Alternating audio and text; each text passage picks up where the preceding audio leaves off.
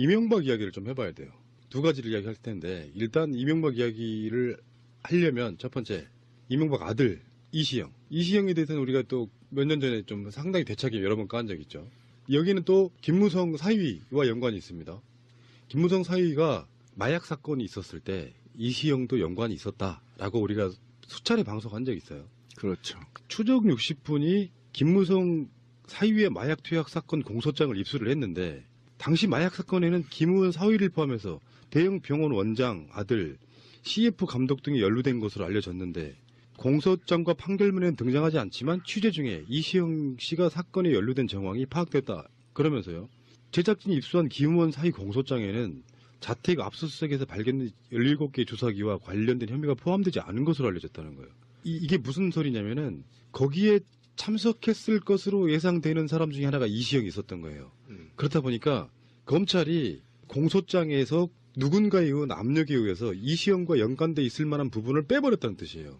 우리한테 알려지기로는 거기서 발견됐잖아요. 근데 공소장에는 집에서 이러이러한 것이 발견됐다는 것이 사라져버린 상태인 거죠. 이게 핵심이에요. 주사기 3개에서 DNA, 남녀의 DNA가 발견됐다. 이게 이제 핵심 키워드인데 이 중에 이시영과 김무성 사이 앤드 우리가 그때 얘기했던 게 딸도 검사해봐야 된다 이 얘기거든요. 그 다음에 이제 병원장 아들, 유명 병원장 아들 등 이렇게 되어 있는. 뭐 실명 다 나왔는데요. 뭐 말씀드리자면 네. MB의 아들 이시영이고요. 그렇죠. 김무성 사위 이상균이고요. 미즈메디 노성훈 병원장 아들 노영호고요. 최태민 손자 서현덕이고요. 그렇죠. 여자 가수는 범키 가수 K라고 나오고요. 그다음에 CF 감독 배성진이라고 나오네요. 그렇죠. 그리고 탤런트는 이태임이라고 나오네요. 자, 그런데 여기에서 지금 실형을 받은 사람은 한 명이죠. 이 3년형도 축소 의혹이 지금 제기되고 있는 거잖아요. 원래 마약 수사는 4년에서 9년이 관례인 거죠. 근데 어쨌든 이렇게 돼 있는데 이것이 정권 차원에서 직접 개입했다 이렇게 보는 겁니다. 지금 그러니까 이 사건은. 그 김무성 사위가 죄질이요. 2년 반 동안 적발된 것만 15차례예요. 그렇죠. 그리고 우리 마약 기억나시겠지만 백화점이라고 했죠. 온갖 마약도 다 동원된 거. 이래서 양형 기준에 하한선도 못 미치는. 그렇죠. 그 하한선을 이탈해가지고 결국은 집행유예를 선고했는데 문제는 김무성 때문이 아니고 우리는 지금까지 김무성이 빽서갖고 사위를 봐주게 된 압력을 행사한 게 아니냐였는데 알고 봤더니 거기 이시영이 관련된 정황 때문에 그렇죠. MB가 직접 손 썼다. 그렇죠. 이런 의혹인 거예요. 그래서 거기에 이제 최교일이 MB맨이 매관매직을 했다는 거 아닙니까? 자기가 어쨌든 MB맨으로서 지검장까지 했고, 그 다음에 지금 사실은 국회의원, 자유한국당이 국회의원까지 이제 영입된 거잖아요. 영전된 거죠. 쉽게 말하면. 최교일이가 큰일한 거죠. 그렇죠. 이게 매관매직인 겁니다. 예, 예. 그러니까 최교일이 당시에 자기 마약 전문도 아닌데 이 사건을 도맡아서 진행을 했고, 그리고 최교일의 후배 검사가 수사를 진두지휘한 이 사건으로 이 사건 하나만 보더라도 이명박이 직접 개입됐을 가능성이 굉장히 높다. 이시영 부분은 빼버리고 김무성 사위는 말도 안 되게 집행유예로 해버리고 뭐 검찰이 원래 공소 기소라는 게 그런 거잖아. 이 사람한테 죄를 주세요잖아. 근데 법원이 말도 안 되는 집행유예를 내니까 검찰은 항소를 하지 않아요. 그렇지. 왜 국정원 여직원 감금 사건 있잖아요. 이것도 항소를 하는 검찰이 이런 식이었다는 거고 그게 검찰의 적폐인 거고 좀 전에 이야기했던 세월호 문제 관련한 것도 검찰의 적폐잖아요. 그렇죠. 얼마큼 뿌리 깊은 적폐가 있는지 보여주는 거고요. 그리고 하나 더 이야기할게요. 롯데월드 인허가 정말 예민한 문제가 터졌는데 청와대 안보실에서 발견된 문서가 이제 그 내용이 다 담겨져 있다라는 것이죠. 성남 비행장 3도 각도 틀기. 실제로 롯데가 이명박에게 어마어마한 로비했다는 정황들이 있어요. 롯데면이 이명박의 측근으로 들어간다든지 서로 간의 인맥 교환이랄까요? 이런 것들이 이루어지는 과정 속에 어마어마한 로비가 들어가서 결국엔 롯데가 국방부의 반대에도 불구하고 지금 현재 롯데월드타워 123층짜리인가요? 네, 그것을 세우게 되는 과정에 어마어마한 비리가 개입돼 있을 것이다 이런 거예요. 천문학적인 비리가 개입됐을 거라고 보고요. 지난 수년 동안 국방부 장성급들이 다 반대해왔고 전문가들이 다 반대해왔습니다. 썩은 군대도 반대를 했던 거를 MB가 했는데요. 저는 이게 아까 우리 권 PD가 얘기했는데 이게 돌이킬 수는 없는 거다 이렇게 얘기했는데요. 저는 이 123층을 허물어야 된다고 생각합니다. 준엄함을 공권력이 얼마나 중요한지 보여. 허물고 이 관련자 모두 다 처벌해야 된다.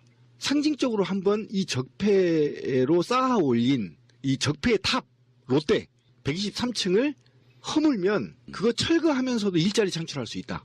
예. 아, 이거 신비의 주장이에요. 예. 그러면서 국가의 공권력의 준엄함을 한번 보여야 된다. 저는 이렇게 생각합니다. 원칙적으로는 찬성인데 현실적으로 가능할까 싶다. 아. 그 부분은 일자리 10만 개 창출 가능합니다. 신동빈이가 잘못했으니까 봐주세요. 우리 국가에 헌납한다면 모를까.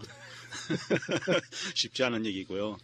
근데 사실 이 사건에 이 비리의 얼개는 나왔어요. 근데 이게 관련된 자료가 1000페이지가 넘는데요. 이걸 예. 지금 검토하고 있는데 좀 깨놓고 우리들 식으로 이야기하면 이런 거예요. 이명박은 롯데로부터 우리의 상상하기엔 어마어마한 커미션을 받았을 가능성이 있잖아요. 그냥 해주는 법이 어디서 우리 몇 년 전에 방송에도 그런 이야기 했어. 이명박이 그냥 해줄 리는 없잖아요. 법을 어겨가면서까지. 그런데 그거를 이명박이 결정해서 결국에는 군사 비행장을 불편하게 만드는 국가 세금은 훨씬 더 쓰여지게 만들면서 개인 롯데에게는 어마어마한 이익을 줬는데 그 사이에 존재하는 커미션이 얼마일까인 거지. 어마어마하죠. 그리고 지금도 이제 3도 틀었다고 해서 안전한 게 아니에요. 비상시 때 굉장히 위험한 방해물로 롯데가 돼 있고, 그 다음에 제가 염려하는 거는요, 왜 롯데월드 제2롯데월드 청사라고 해야 되나? 롯데월드 건물을 부셔야 된다고 생각하냐면, 이런 엄청난 특혜나 로비로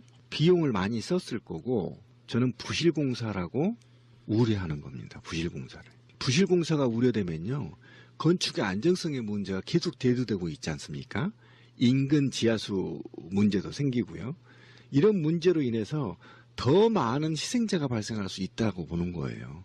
그래서 이것과 관련해서는 정말 굉장히 섬세하게 수사를 해야 된다. 그리고 이 인허가 과정에서 온갖 특혜와 그다음에 우리가 지금 거론되지 않고 있는 건교부 산하교죠. 이게 지금 인허가 문제가 건교부가 얼마만큼 특혜를 줬고 얼마나 감시 감독을 제대로 했는지까지 정확하게 분석이 돼야 된다.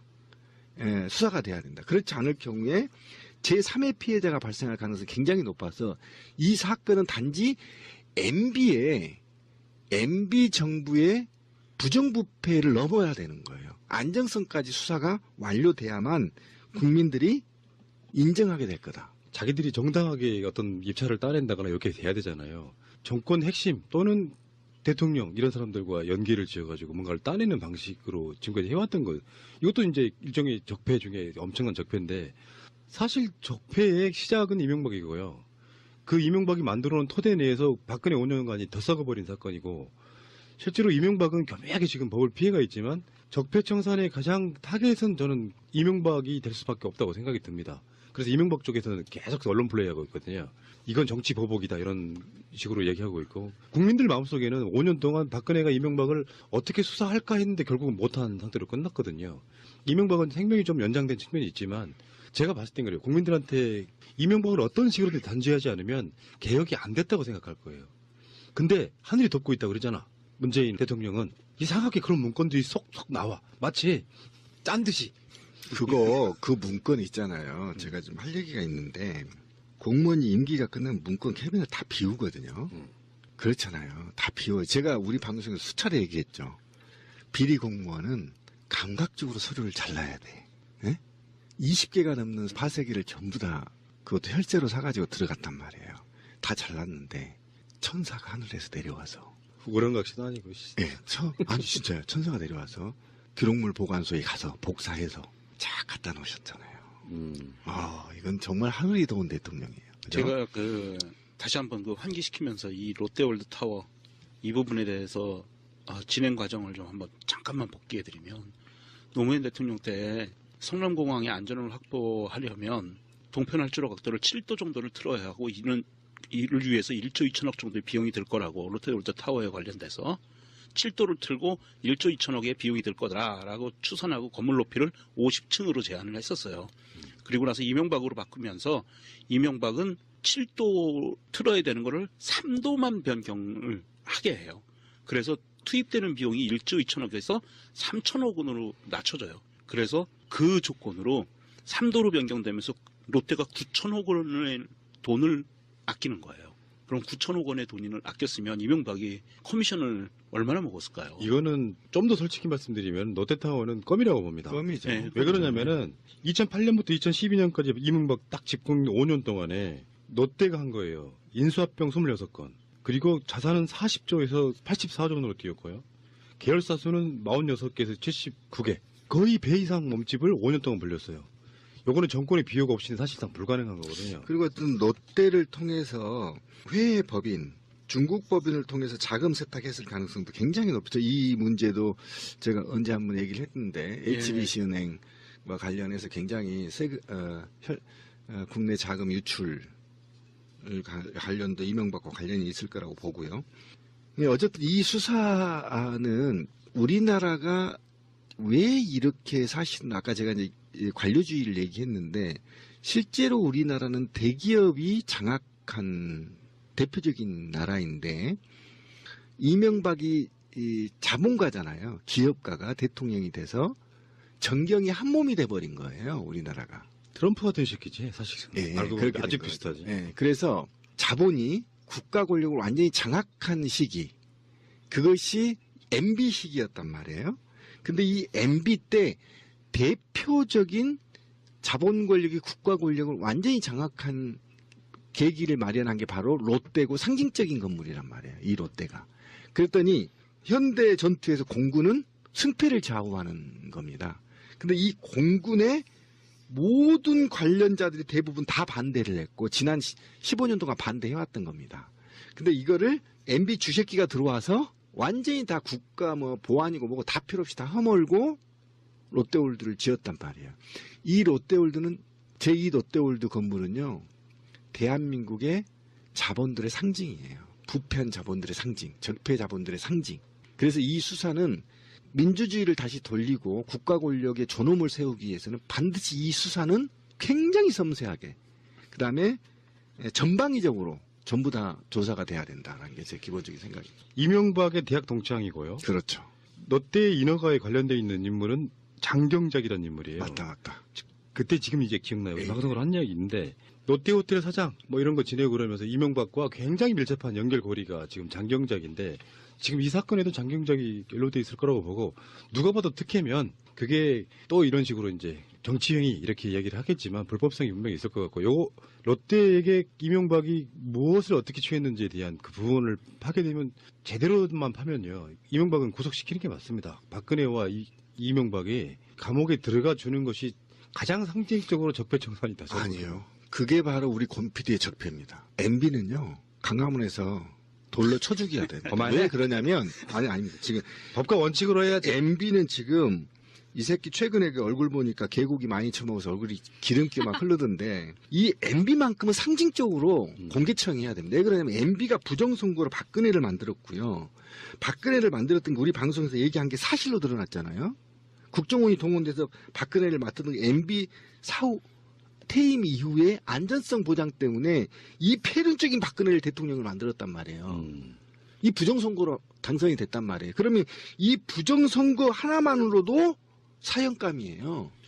지금 문재인 정부 들었으면서 초기부터 얘기했던 4대강, 그다음에 국정원 관련 적폐 청산 TF, 그리고 이번에 나온 롯데월드 타워 관련 인허가 관련해서 청와대에서 나온 문건 이런 것들을 보면서 이명박이 측에서 공식적인 반응이 나왔어요. 이건 정치보복식으로 과거사 들추기 하는 거다. 그렇게 몰고 가고 싶겠지. 네. 문재인 정부는 자신들만 정의를 독점한다는 오만을 갖고 있다.